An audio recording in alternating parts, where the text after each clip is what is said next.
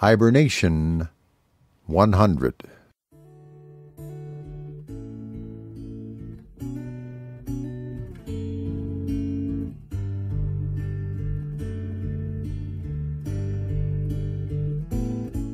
Grizzly's Growls presents Stories from the Hiber-Nation, read by David Grizzly Smith.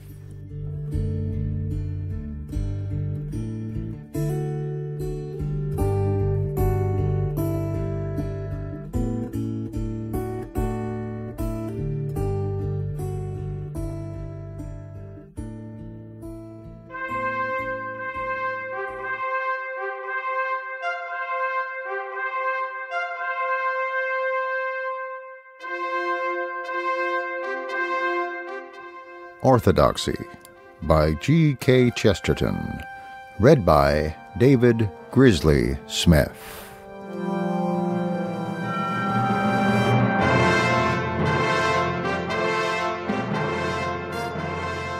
Chapter 8. The Romance of Orthodoxy. It is customary to complain of the bustle and strenuousness of our epoch, but in truth, the chief mark of our epoch is a profound laziness and fatigue. And the fact is that the real laziness is the cause of the apparent bustle. Take one external case. The streets are noisy, with taxicabs and motor cars. But this is not due to human activity, but to human repose. There would be less bustle if there were more activity, if people were simply walking about.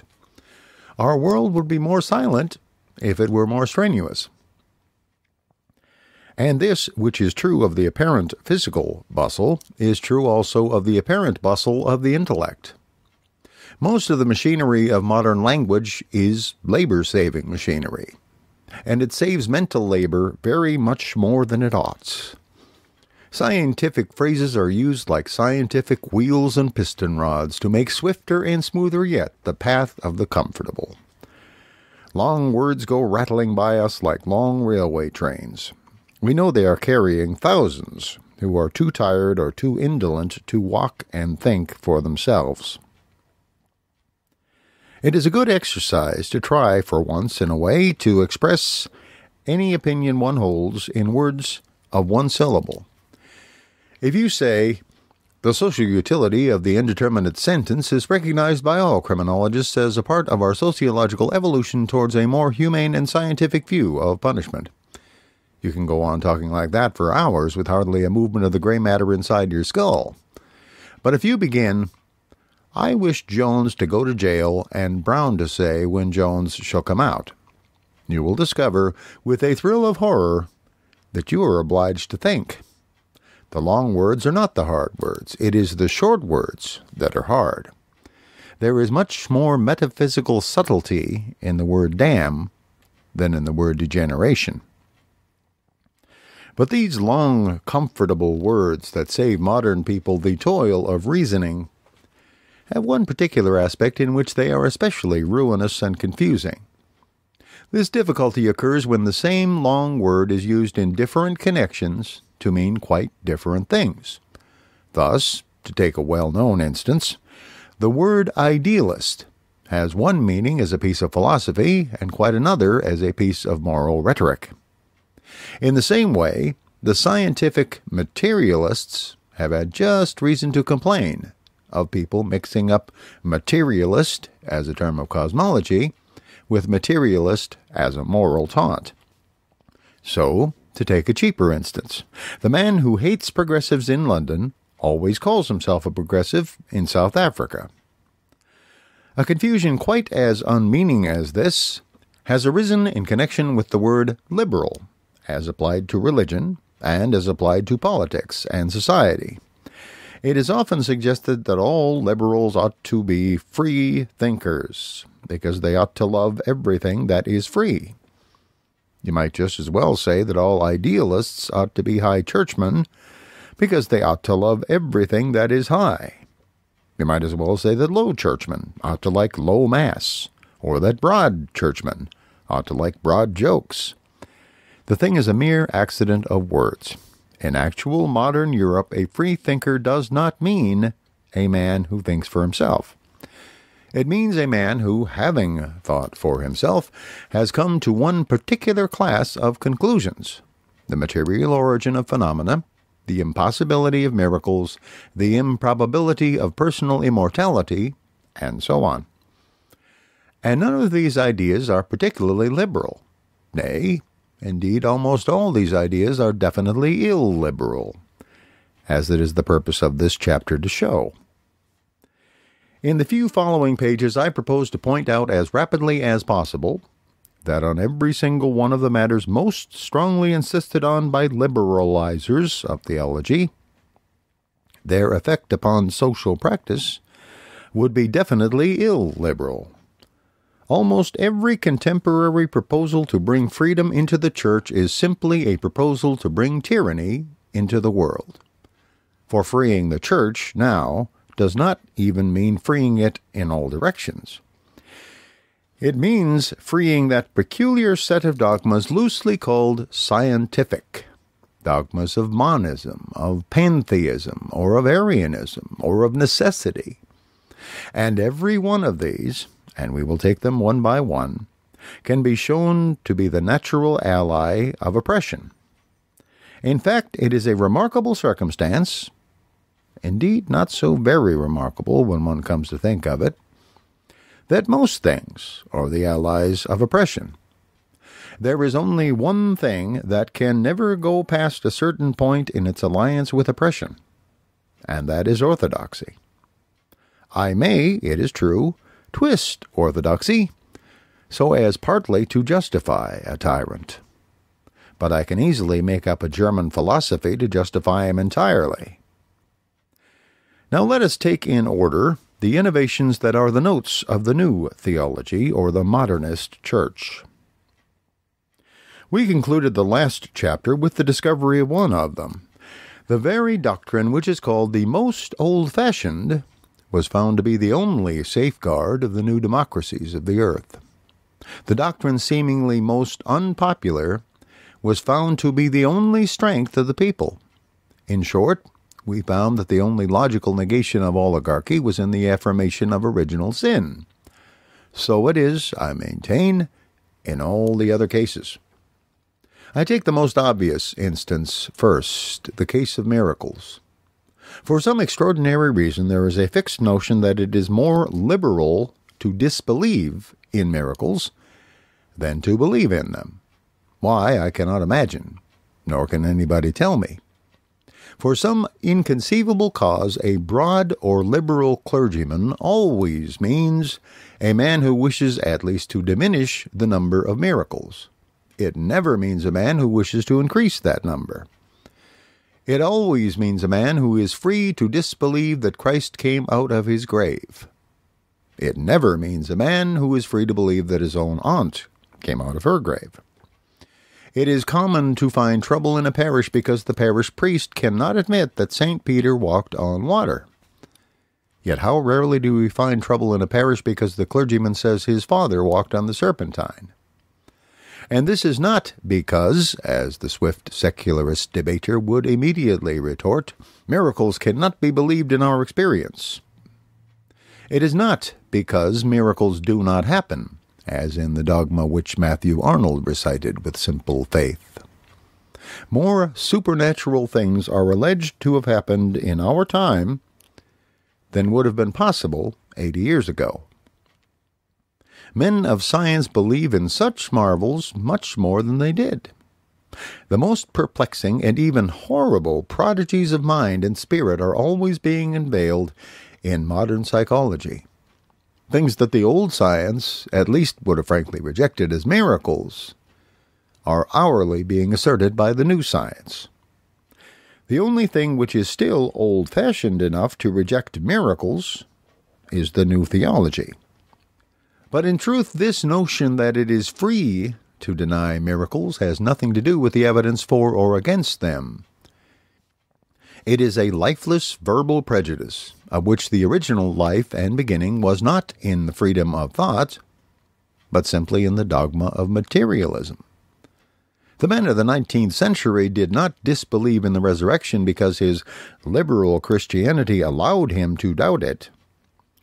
He disbelieved in it because his very strict materialism did not allow him to believe it.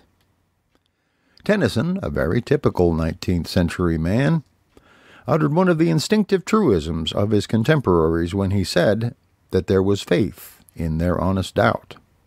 There was indeed. Those words have a profound and even horrible truth. In their doubt of miracles, there was a faith in a fixed and godless fate, a deep and sincere faith in the incurable routine of the cosmos. The doubts of the agnostic were only the dogmas of the monist. Of the fact and evidence of the supernatural I will speak afterwards. Here we are only concerned with this clear point, that insofar as the liberal idea of freedom can be said to be on either side in the discussion about miracles, it is obviously on the side of miracles. Reform, or, in the only tolerable sense, progress, means simply the gradual control of matter by mind. A miracle simply means the swift control of matter by mind. If you wish to feed the people, you may think that feeding them miraculously in the wilderness is impossible, but you cannot think it illiberal. If you really want poor children to go to the seaside, you cannot think it illiberal that they should go there on flying dragons. You can only think it unlikely. A holiday, like liberalism, only means the liberty of man. A miracle only means the liberty of God. You may conscientiously deny either of them, but you cannot call your denial a triumph of the liberal idea. The Catholic Church believed that man and God both had a sort of spiritual freedom. Calvinism took away the freedom from man, but left it to God. Scientific materialism binds the Creator himself. It chains up God as the apocalypse chained the devil. It leaves nothing free in the universe. And those who assist this process are called the liberal theologians. This, as I say, is the lightest and most evident case. The assumption that there is something in the doubt of miracles akin to liberality or reform is literally the opposite of the truth. If a man cannot believe in miracles, there is an end of the matter. He is not particularly liberal, but he is perfectly honorable and logical, which are much better things. But if he can believe in miracles, he is certainly the more liberal for doing so, because they mean first the freedom of the soul, and secondly its control over the tyranny of circumstance. Sometimes this truth is ignored in a singularly naive way, even by the ablest men. For instance, Mr. Bernard Shaw speaks with a hearty, old-fashioned contempt for the idea of miracles, as if they were a sort of breach of faith on the part of nature. He seems strangely unconscious that miracles are only the final flowers of his own favorite tree, the doctrine of the omnipotence of will. Just in the same way, he calls the desire for immortality a paltry selfishness, forgetting that he has just called the desire for life a healthy and heroic selfishness. How can it be noble to wish to make one's life infinite, and yet mean to wish to make it immortal? No, if it is desirable that a man should triumph over the cruelty of nature or custom, then miracles are certainly desirable. We will discuss afterwards whether they are possible. But I must pass on to the larger cases of this curious error, the notion that liberalizing of religion in some way helps the liberation of the world. The second example of it can be found in the question of pantheism, or rather of a certain modern attitude which is often called immanentism, and which often is Buddhism. But this is so much more difficult a matter that I must approach it with rather more preparation. The things said most confidently by advanced persons to crowded audiences are generally those quite opposite to the fact. It is actually our truisms that are untrue. Here is a case. There is a phrase of facile liberality uttered again and again at ethical societies and parliaments of religion. The religions of the earth differ in rites and forms, but they are the same in what they teach. It is false. It is the opposite of the fact. The religions of the earth do not greatly differ in rites and forms. They do greatly differ in what they teach. It is as if a man were to say, "Do not be misled by the fact that the Church Times and the Free Thinker look utterly different, that one is painted on vellum and the other carved on marble, that one is triangular and the other hectagonal. Read them and you will see that they say the same thing." The truth is, of course, that they are alike in everything, except in the fact that they don't say the same thing. An atheist stockbroker in Surbiton looks exactly like a Swedenborgian stockbroker in Wimbledon. You may walk round and round them and subject them to the most personal and offensive study without seeing anything Swedenborgian in the hat or anything particularly godless in the umbrella. It is exactly in their souls that they are divided. So the truth is that the difficulty of all the creeds of the earth is not, as alleged in this cheap maxim, that they agree in meaning but differ in machinery. It is exactly the opposite. They agree in machinery. Almost every great religion on earth works with the same external methods, with priests, scriptures, altars, sworn brotherhoods, special feasts. They agree in the mode of teaching. What they differ about is the thing to be taught. Pagan optimists and Eastern pessimists would both have temples, just as liberals and Tories would both have newspapers. Creeds that exist to destroy each other both have scriptures, just as armies that exist to destroy each other both have guns. The great example of this alleged identity of all human religions is the alleged spiritual identity of Buddhism and Christianity.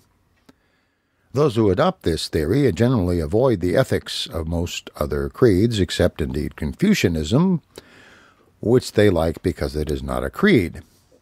But they are cautious in their praises of Mohammedanism, generally confining themselves to imposing its morality only upon the refreshment of the lower classes. They seldom suggest the Mohammedan view of marriage, for which there is a great deal to be said, and towards thugs and fetish worshippers their attitude may even be called cold. But, in the case of the great religion of Gautama, they feel sincerely a similarity. Students of popular science, like Mr. Blatchford, are always insisting that Christianity and Buddhism are very much alike, especially Buddhism. This is generally believed, and I believed it myself, until I read a book giving the reasons for it. The reasons were of two kinds: resemblances that meant nothing because they were common to all humanity, and resemblances which were not resemblances at all. The author solemnly explained that the two creeds were alike in things in which all creeds are alike, or else he described them as alike in some point in which they are quite obviously different. Thus, as a case of the first class, he said that both Christ and Buddha were called by the divine voice coming out of the sky, as if you would expect the divine voice to come out of the coal cellar.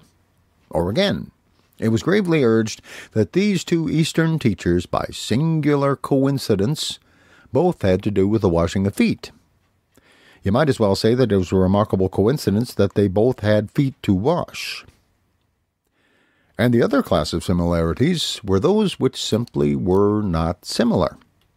Thus, this reconciler of the two religions draws earnest attention to the fact that at certain religious feasts the robe of the Lama is rent in pieces out of respect, and the remnants highly valued.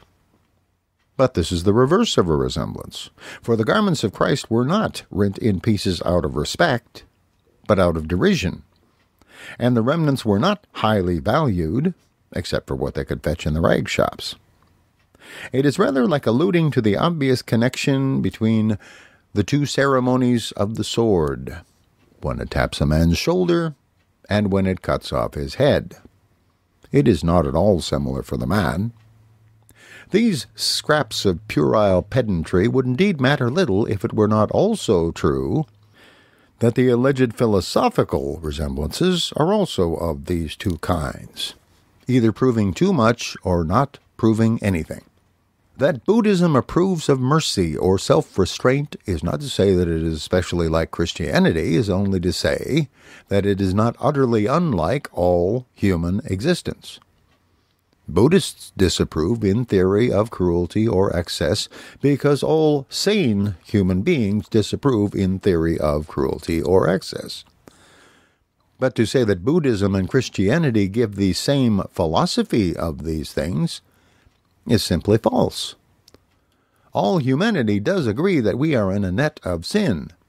Most of humanity agrees that there is some way out.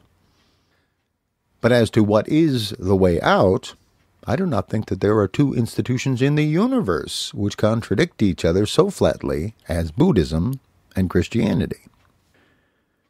Even when I thought, with most other well-informed though unscholarly people, that Buddhism and Christianity were alike, there was one thing about them that always perplexed me. I mean the startling difference in their type of religious art. I do not mean in its technical style of representation, but in the things that it was manifestly meant to represent. No two ideals could be more opposite than a Christian saint in a Gothic cathedral and a Buddhist saint in a Chinese temple.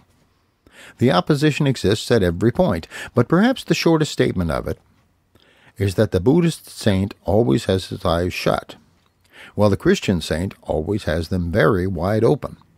The Buddhist saint has a sleek and harmonious body, but his eyes are heavy and sealed with sleep. The medieval saint's body is wasted to its crazy bones, but his eyes are frightfully alive. There cannot be any real community of spirit between forces that produce symbols so different as that. Granted that both images are extravagances, are perversions of the pure creed, it must be a real divergence which could produce such opposite extravagances. The Buddhist is looking with a peculiar intentness inwards. The Christian is staring with a frantic intentness outwards. If we follow that clue steadily, we shall find some interesting things. A short time ago, Mrs. Besant, in an interesting essay, announced that there was only one religion in the world, and that all faiths were only versions or perversions of it, and that she was quite prepared to say what it was. According to Mrs. Besant, this universal church is simply the universal self. It is the doctrine that we are really all one person, that there are no real walls of individuality between man and man. If I may put it so, she does not tell us to love our neighbors, she tells us to be our neighbors. That is Mrs. Besant's thoughtful and suggestive description of the religion in which all men must find themselves in agreement. And I never heard of any suggestion in my life with which I more violently disagree. I want to love my neighbor, not because he is I, but precisely because he is not I. I want to adore the world, not as one likes a looking-glass, because it is oneself, but as one loves a woman, because she is entirely different. If souls are separate, love is possible. If souls are united, love is obviously impossible. A man may be said, loosely, to love himself, but he can hardly fall in love with himself, or if he does, it must be a monotonous courtship. If the world is full of real selves, they can be really unselfish selves. But upon Mrs. Besant's principle, the whole cosmos is only one enormously selfish person. It is just here that Buddhism is on the side of modern pantheism and immanence. It is just here that Christianity is on the side of humanity and liberty and love. Love desires personality. Therefore, love desires division. It is the instinct of Christianity to be glad that God has broken the universe into little pieces, because they are living pieces. It is her instinct to say, little children love one another, rather than to tell one large person to love himself. This is the intellectual abyss between Buddhism and Christianity, that for the Buddhist or Theosophist, personality is the fall of man. For the Christian, it is the purpose of God, the whole point of his cosmic idea. The world soul of the Theosophists asks man to love it only in order that man may throw himself into it. But the divine center of Christianity actually threw man out of it in order that he might love it. The Oriental deity is like a giant who should have lost his leg or hand and be always seeking to find it. But the Christian power is like some giant who, in a strange generosity, should cut off his right hand so that it might, of its own accord, shake hands with him. We come back to the same tireless note touching the nature of Christianity. All modern philosophies are chains which connect and fetter. Christianity is a sword which separates and sets free. No other philosophy makes God actually rejoice in the separation of the universe into living souls. But according to Orthodox Christianity, this separation between God and man is sacred because this is eternal. That a man may love God, it is necessary that there should be not only a God to be loved, but a man to love him. All those vague theosophical minds for whom the universe is an immense melting pot are exactly the minds which shrink instinctively from that earthquake saying of our Gospels, which declared that the Son of God came not with peace, but with a sundering sword. The saying rings entirely true, even considered as what it obviously is. The statement that any man who preaches real love is bound to beget hate. It is as true of democratic fraternity as of divine love. Sham love ends in compromise and common philosophy, but real love has always ended in bloodshed. Yet there is another and yet more awful truth behind the obvious meaning of this utterance of our Lord. According to himself, the Son was a sword separating brother and brother, that they should for an eon hate each other. But the Father also was a sword, which in the black beginning separated brother and brother, so that they should love each other at last. This is the meaning of that almost insane happiness in the eyes of the medieval saint in the picture. This is the meaning of the sealed eyes of the superb Buddhist image. The Christian saint is happy because he has verily been cut off from the world. He is separate from things, and is staring at them in astonishment. But why should the Buddhist saint be astonished at things? Since there is really only one thing, and that, being impersonal, can hardly be astonished at itself. There have been many pantheist poems suggesting wonder, but no really successful ones. The pantheist cannot wonder, for he cannot praise God or praise anything as really distinct from himself. Our immediate business here, however, is with the effect of this Christian admiration, which strikes outwards towards a deity distinct from the worshipper, upon the general need for ethical activity and social reform. And surely its effect is sufficiently obvious. There is no real possibility of getting out of pantheism any special impulse to moral action. For pantheism implies in its nature that one thing is as good as another, whereas action implies in its nature that one thing is greatly preferable to another. Swinburne, in the high summer of his skepticism, tried in vain to wrestle with this difficulty. In Songs Before Sunrise, written under the inspiration of Garibaldi and the revolt of Italy, he proclaimed the newer religion and the pure God which should wither up all the priests of the world. What dost thou now, looking Godward, to cry? I am I, thou art thou. I am low, thou art high. I am thou that thou seekest to find him. Find thou but thyself, thou art I. Of which the immediate and evident deduction is that tyrants are as much the sons of God as Garibaldi's. and that King Bomba of Naples, having with the utmost success found himself, is identical with the ultimate good in all things. The truth is that the Western energy that dethrones tyrants has been directly due to the Western theology that says, I am I, thou art thou. And the same spiritual separation which looked up and saw a good king in the universe looked up and saw a bad king in Naples. The worshippers of Bomba's God dethroned Bomba. The worshippers of Swinburne's God have covered Asia for centuries and have never dethroned a tyrant. The Indian saint may reasonably shut his eyes, because he is looking at that which is I and thou and we and they and it. It is a rational occupation, but it is not true in theory and not true in fact that it helps the Indian to keep an eye on Lord Curzon. That external vigilance, which has always been the mark of Christianity, the command that we should watch and pray, has expressed itself both in typical Western orthodoxy and in typical Western politics. But both depend on the idea of a divinity transcendent, different from ourselves, a deity that disappears. Certainly the most sagacious creeds may suggest that we should pursue God into deeper and deeper rings of the labyrinth of our own ego, but only we of Christendom have said that we should hunt God like an eagle upon the mountains, and we have killed all monsters in the chase.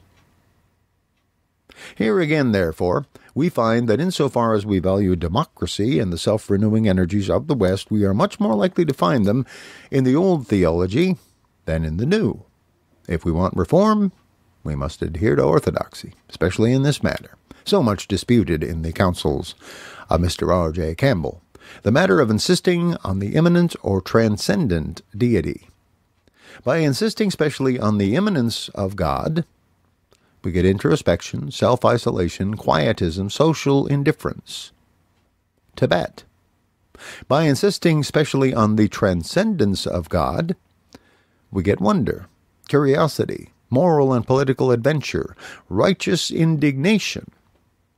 Christendom.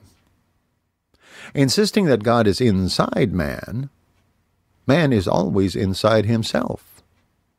By insisting that God transcends man, man has transcended himself.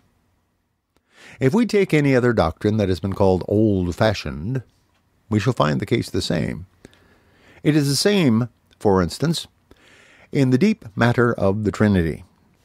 Unitarians, a sect never to be mentioned without a special respect for their distinguished intellectual dignity and high intellectual honor, are often reformers by the accident that throws so many small sects into such an attitude. But there is nothing in the least liberal or akin to reform in the substitution of pure monotheism for the Trinity. The complex God of the Athanasian Creed may be an enigma for the intellect, but he is far less likely to gather the mystery and cruelty of a sultan than the lonely God of Omar or Muhammad. The God who is a mere awful unity is not only a king, but an Eastern king. The heart of humanity, especially of European humanity, is certainly much more satisfied by the strange hints and symbols that gather around the Trinitarian idea, the image of a council at which mercy pleads as well as justice, the conception of a sort of liberty and variety existing even in the inmost chamber of the world. For Western religion has always felt keenly the idea it is not well for a man to be alone. The social instinct asserted itself everywhere, as when the Eastern idea of hermits was practically expelled by the Western idea of monks. So even asceticism became brotherly, and the Trappists were sociable, even when they were silent. If this love of a living complexity be our test, it is certainly healthier to have the Trinitarian religion than the Unitarian. For to us Trinitarians, if I may say it with reverence, to us God himself is a society. It is indeed a fathomless mystery of theology, and even if I were a theologian enough to deal with it directly, it would not be relevant to do so here. Suffice it to say here that this triple enigma is as comforting as wine and open as an English fireside. That this thing that bewilders the intellect utterly quiets the heart. But out of the desert, from the dry places and dreadful suns, come the cruel children of the lonely God, the real Unitarians, who with scimitar in hand have laid waste the world. For it is not well for God to be alone. Again, the same is true of that difficult matter of the danger of the soul, which has unsettled so many just minds. To hope for all souls is imperative, and it is quite tenable that their salvation is inevitable. It is tenable, but it is not especially favorable to activity or progress. Our fighting and creative society ought rather to insist on the danger of everybody, on the fact that every man is hanging by a thread or clinging to a precipice. To say that all will be well anyhow is a comprehensible remark, but it cannot be called the blast of a trumpet. Europe ought rather to emphasize possible perdition, and Europe always has emphasized it. Here, its highest religion is at one with all its cheapest romances. To the Buddhist or the Eastern fatalist, existence is a science or a plan, which must end up in a certain way. But to a Christian, existence is a story, which may end up in any way. In a thrilling novel, that purely Christian product, the hero is not eaten by cannibals. But it is essential to the existence of the thrill that he might be eaten by cannibals. The hero must, so to speak, be an eatable hero. So Christian morals have always said to the man, not that he would lose his soul, but that he must take care that he didn't. In Christian morals, in short, it is wicked to call a man damned, but it is strictly religious and philosophic to call him damnable.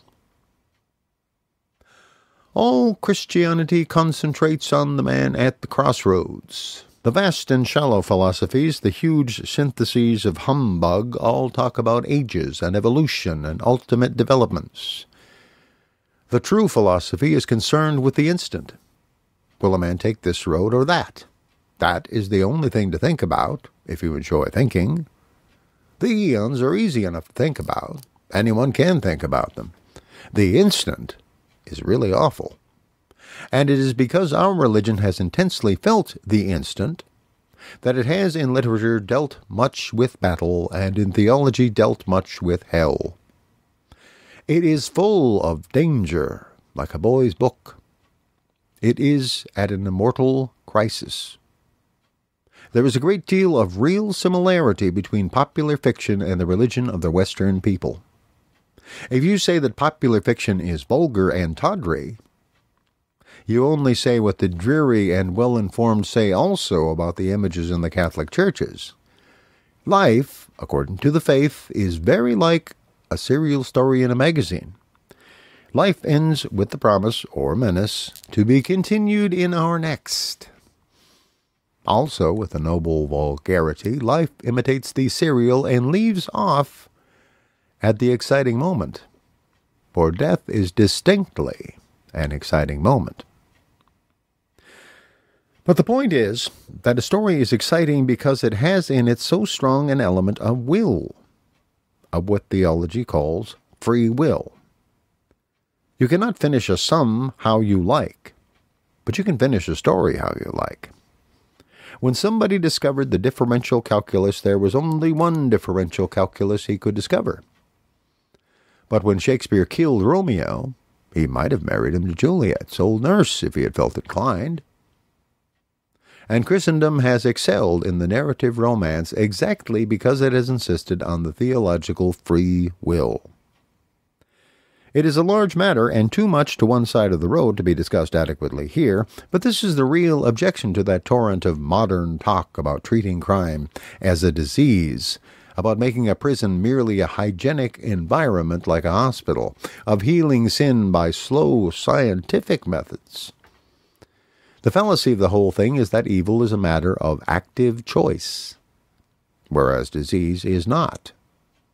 If you say that you are going to cure a profligate as you cure an asthmatic, my cheap and obvious answer is, produce the people who want to be asthmatics as many people want to be profligates.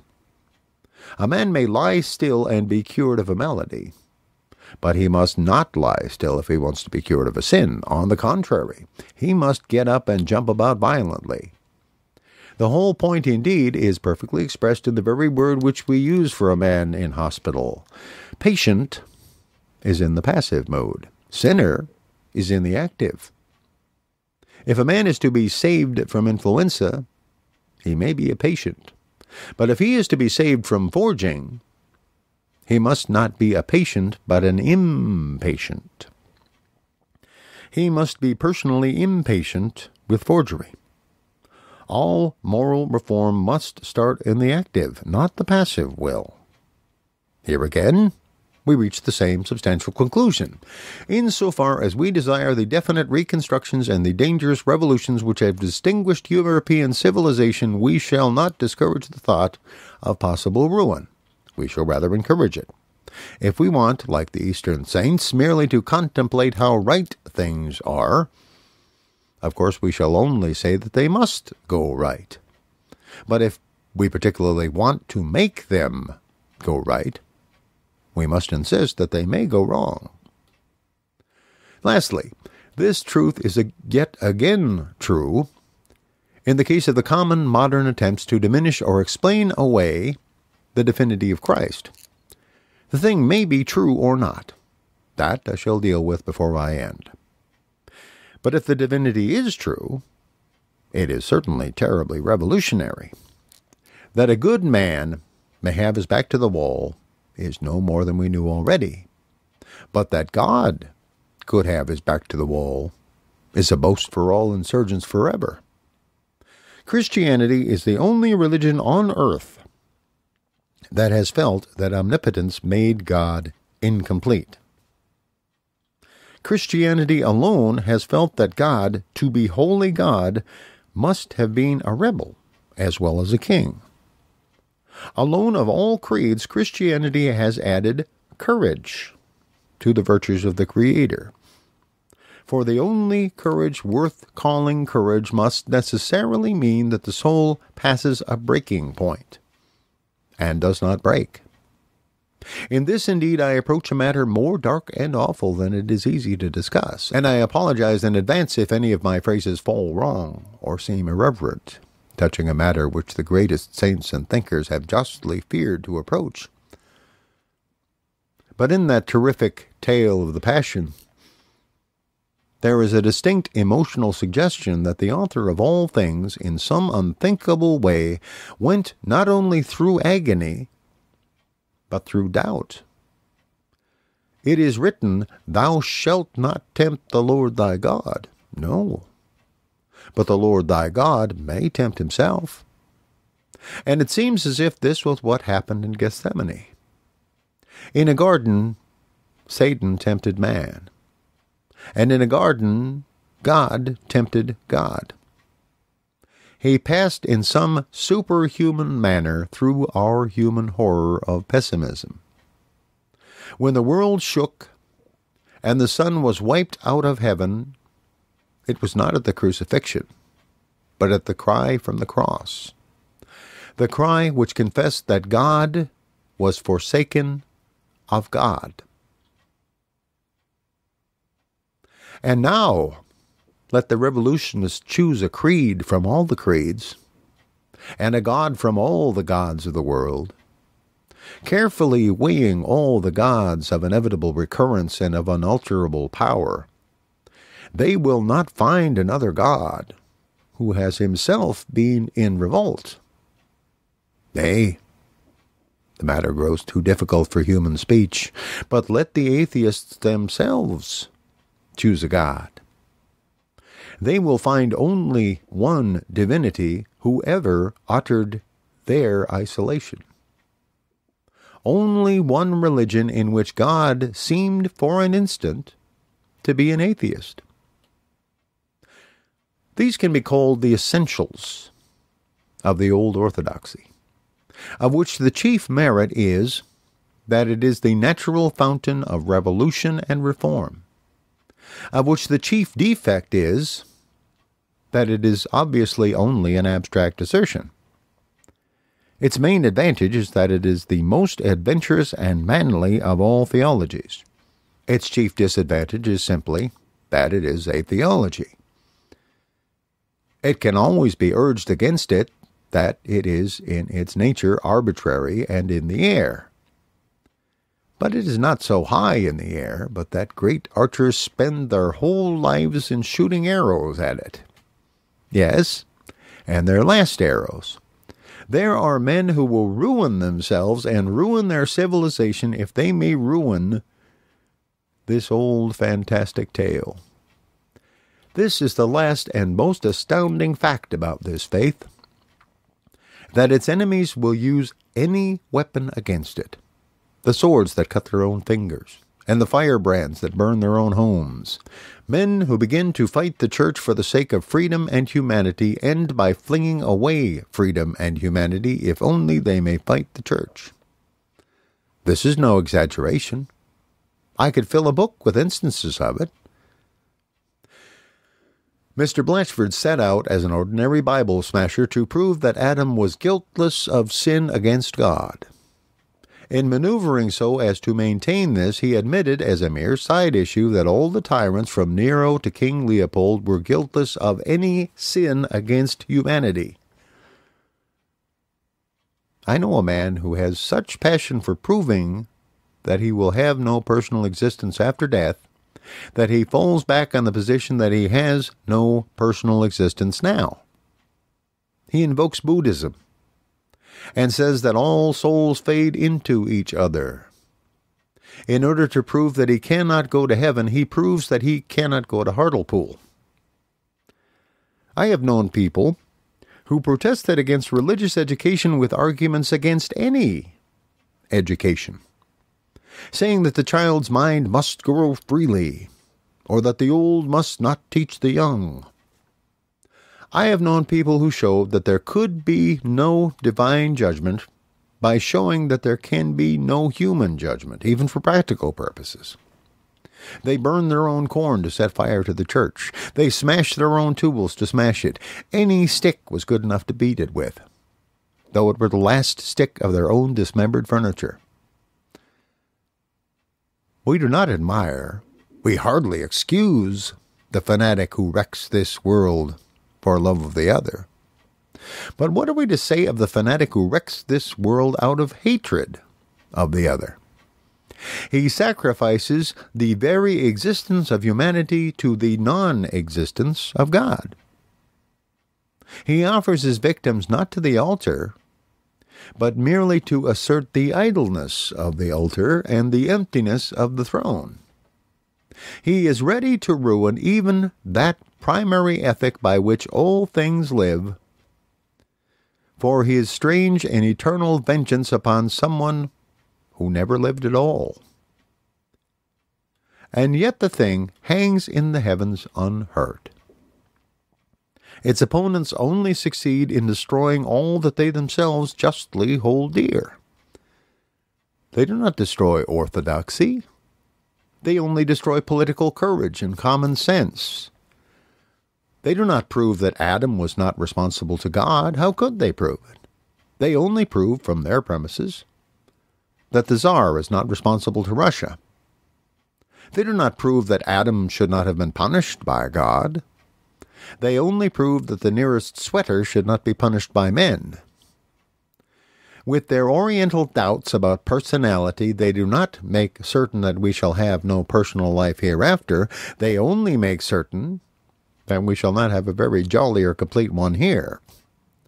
With their paralyzing hints of all conclusions coming out wrong, they do not tear the book of the recording angel.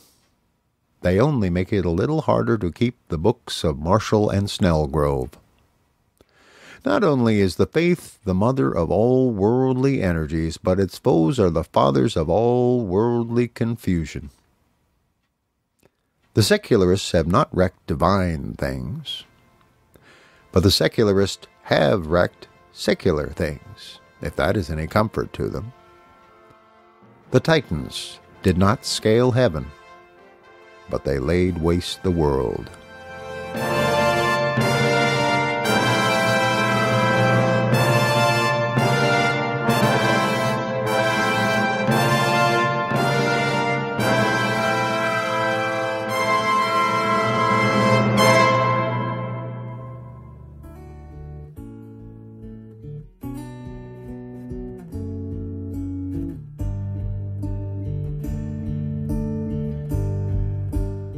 Thank you for listening to Stories from the Hiber-Nation. Comment on the website at grizzliesgrowls.com. This program is offered under a Creative Commons Attribution, Non-Commercial, No Derivatives license.